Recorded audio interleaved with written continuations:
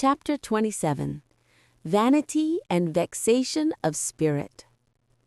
Marilla, walking home one late April evening from an aid meeting, realized that the winter was over and gone with the thrill of delight that spring never fails to bring to the oldest and saddest as well as to the youngest and merriest.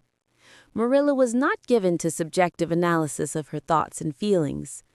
She probably imagined that she was thinking about the eights and your missionary box and the new carpet for the vestry room. But under these reflections was a harmonious consciousness of red fields smoking into pale purply mists in the declining sun, of long sharp-pointed fir shadows falling over the meadow beyond the brook, of still, crimson-budded maples around a mirror-like wood pool, of awakening in the world and a stir of hidden pulses under the gray sod. The spring was abroad in the land, and Marilla's sober, middle-aged step was lighter and swifter because of its deep, primal gladness. Her eyes dwelt affectionately on Green Gables, peering through its network of trees and reflecting the sunlight back from its windows in several little coruscations of glory. Marilla, as she picked her steps along the damp lane, thought that it was really a satisfaction to know that she was going home to a briskly snapping wood fire and a table nicely spread for tea, instead of to the cold comfort of old aid meeting evenings before Anne had come to Green Gables. Consequently, when Marilla entered her kitchen and found the fire black out, with no sign of Anne anywhere, she felt justly disappointed and irritated. She had told Anne to be sure and have tea ready at 5 o'clock, but now she must hurry to take off her second-best dress and prepare the meal herself against Matthew's return from plowing. "I'll settle Miss Anne when she comes home," said Marilla grimly, as she shaved up kindlings with a carving knife and with more vim than was strictly necessary. Matthew had come in and was waiting patiently for his tea in his corner. "She's gadding off somewhere with Diana, writing stories or practicing dialogues or some such tomfoolery, and never thinking once about the time or her duties. She's just got to be pulled up short and sudden on this sort of thing. I don't care if Mrs. Ellen does say she's the brightest and sweetest child she ever knew. She may be bright and sweet enough, but her head is full of nonsense, and there's never any knowing what shape it'll break out in next. Just as soon as she grows out of one freak, she takes up with another. But there! Here I am saying the very thing I was so riled with Rachel Lynde for saying at the aid today. I was real glad when Mrs. Allen spoke up for Anne, for if she hadn't, I know I'd have said something too sharp to Rachel before everybody. Anne's got plenty of faults, goodness knows, and far be it from me to deny it. But I'm bringing her up and not Rachel Lynde, who'd pick faults in the angel Gabriel himself if he lived in Avonlea. Just the same, Anne has no business to leave the house like this when I told her she was to stay home this afternoon and look after things. I must say, with all her faults, I never found her disobedient or untrustworthy before, and I'm real sorry to find her so now." "Well, now, I don't know," said Matthew, who, being patient and wise, and above all, hungry, had deemed it best to let Marilla talk her wrath out unhindered, having learned by experience that she got through with whatever work was on hand much quicker, if not delayed by untimely argument. "Well, perhaps you're judging her too hasty, Marilla. Don't call her untrustworthy until you're sure she has disobeyed you. Maybe it can all be explained. Anne's a great hand at explaining." "She's not here when I told her to stay home," retorted Marilla. "I reckon she'll find it hard to explain that to my satisfaction. Of course, I knew you'd take her part, Matthew, but I'm bringing her up, not you." It was dark when supper was ready, and still no sign of Anne coming hurriedly over the log bridge or up Lover's Lane, breathless and repentant with a sense of neglected duties. Marilla washed and put away the dishes grimly. Then, wanting a candle to light her way down the cellar, she went up to the east gable for the one that generally stood on Anne's table. Lighting it, she turned around to see Anne herself lying on the bed, face downward among the pillows. "Mercy on us," said astonished Marilla. "Have you been asleep, Anne?" "No," was the muffled reply. "Are you sick, then?" demanded Marilla anxiously, going over to the bed. Anne cowered deeper into her pillows, as if desirous of hiding herself forever from mortal eyes. No, but please, Marilla, go away and don't look at me. I'm in the depths of despair, and I don't care who gets head in class or writes the best composition or sings in the Sunday school choir anymore. Little things like that are of no importance now, because I don't suppose I'll ever be able to go anywhere again. My career is closed. Please, Marilla, go away and don't look at me. Strange appearance. Anne Shirley, what have you done to your hair? Why, it's green. Green it might be called if it were any earthly color, a queer, dull, bronzy green, with streaks here and there the original red to heighten the ghastly effect.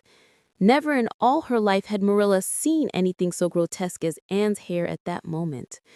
Yes, it's green, moaned Anne. I thought nothing could be as bad as red hair, but now I know it's 10 times worse to have green hair. Oh, Marilla, you little know how utterly wretched I am. I little know how you got into this fix, but I mean to find out, said Marilla. Come right down to the kitchen, it's too cold up here, and tell me just what you've done. I've been expecting something queer for some time. You haven't gotten into any scrape for over 2 months, and I was sure another one was due. Now then, what did you do to your hair? I dyed it. Dyed it? Dyed your hair? Anne Shirley, didn't you know it was a wicked thing to do? Yes, I knew it was a little wicked, admitted Anne, but I thought it was worthwhile to be a little wicked to get rid of red hair. I counted the cost, Marilla. Besides, I meant to be extra good in other ways to make up for it. Well, said Marilla sarcastically, if I had decided it was worthwhile to dye my hair, I'd have dyed it a decent color at least. I wouldn't have dyed it green. But I didn't mean to dye it green, Marilla, protested Anne dejectedly.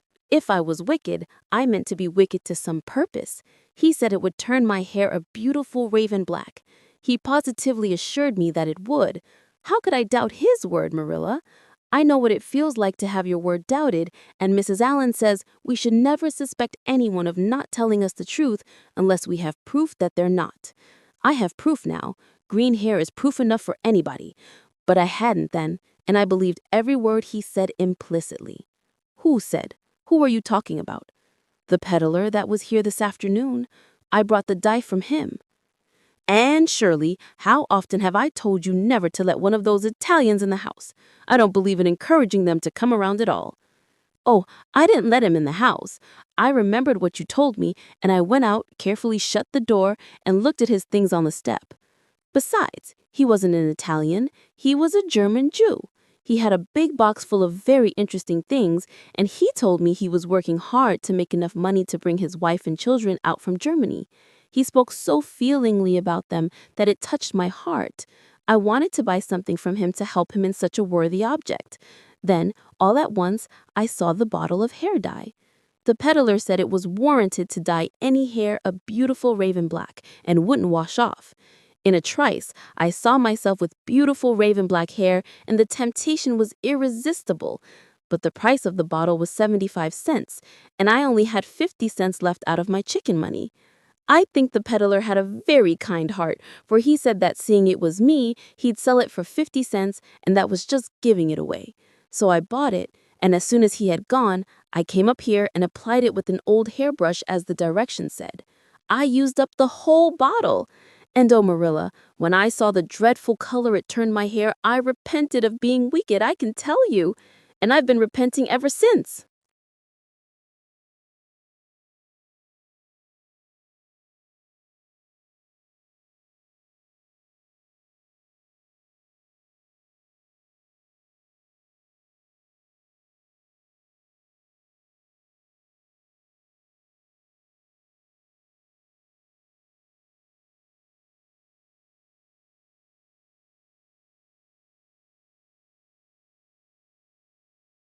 Well, I hope you'll repent to good purpose, said Marilla severely, and that you've got your eyes open to where your vanity has led you, Anne. Goodness knows what's to be done. I suppose the first thing is to give your hair a good washing and see if that will do any good. Accordingly, Anne washed her hair, scrubbing it vigorously with soap and water. But for all the difference it made, she might as well have been scouring its original red. The peddler had certainly spoken the truth when he declared that the dye wouldn't wash off. However, his veracity might be impeached in other respects. "Oh, Marilla, what shall I do?" questioned Anne in tears. "I can never live this down. People have pretty well forgotten my other mistakes. The liniment cake and setting Diana drunk and flying into a temper with Mrs. Lynde. But they'll never forget this. They will think I am not respectable. Oh, Marilla, what a tangled web we weave when first we practice to deceive. That is poetry, but it is true. And oh, how Josie Pye will laugh. Marilla, I cannot face Josie Pye. I am the unhappiest girl in Prince Edward Island." Anne's unhappiness continued for a week. During that time, she went nowhere and shampooed her hair every day. Diana alone of outsiders knew the fatal secret, but she promised solemnly never to tell, and it may be stated here and now that she kept her word. At the end of the week, Marilla said decidedly, "It's no use, Anne. That is fast dye if there ever was any. Your hair must be cut off. There is no other way. You can't go out with it looking like that." Anne's lips quivered, but she realized the bitter truth of Marilla's remarks. With a dismal sigh, she went for the scissors. "Please cut it off at once, Marilla, and have it over. Oh, I feel that my heart is broken. This is such an unromantic affliction. The girls in books lose their hair in fevers or sell it to get money for some good deed, and I'm sure I wouldn't mind losing my hair in some such fashion half so much. But there is nothing comforting in having your hair cut off because you've dyed it a dreadful color, is there? I'm going to weep all the time you're cutting it off if it won't interfere. It seems such a tragic thing." Anne wept then, but later on, when she went upstairs and looked in the glass, she was calm with despair. Marilla had done her work thoroughly, and it had been necessary to shingle the hair as closely as possible. The result was not becoming, to state the case as mildly as may be. Anne promptly turned her glass to the wall. "I'll never look at myself again until my hair grows," she exclaimed passionately. Then she suddenly righted the glass. "Yes, I will, too. I do penance for being wicked that way. I'll look at myself every time I come to my room and see how ugly I am. And I won't try to imagine it away either. I never thought I was vain about my hair, of all things, but now I know I was, in spite of it being red, because it was so long and thick and curly. I expect something will happen to my nose next." Anne's clipped head made a sensation in school on the following Monday, but to her relief, nobody guessed the real reason for it, not even Josie Pye, who, however, did not fail to inform Anne that she looked like a perfect scarecrow. "I didn't say anything when Josie said that to me," Anne confided that evening to Marilla, who was lying on the sofa after one of her headaches, "because I thought it was part of my punishment, and I ought to bear it patiently. It's hard to be told you look like a scarecrow, and I wanted to say something back, but I didn't. I just swept her one scornful look, and then I forgave her. It makes you feel very virtuous when you forgive people, doesn't it? I mean to devote all my energies to being good after this, and I shall never try to be beautiful again. Of course, it's better to be good. I know it is, but it's sometimes so hard to believe a thing even when you know it.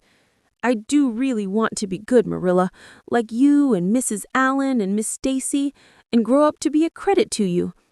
Diana says when my hair begins to grow to tie a black velvet ribbon around my head with a bow on one side. She says she thinks it will be very becoming. I will call it a snood. That sounds so romantic. But am I talking too much, Marilla? Does it hurt your head?" "My head is better now. It was terrible bad this afternoon, though. These headaches of mine are getting worse and worse. I'll have to see a doctor about them. As for your chatter, I don't know that I mind it. I've got so used to it. which was Marilla's way of saying that she liked to hear it.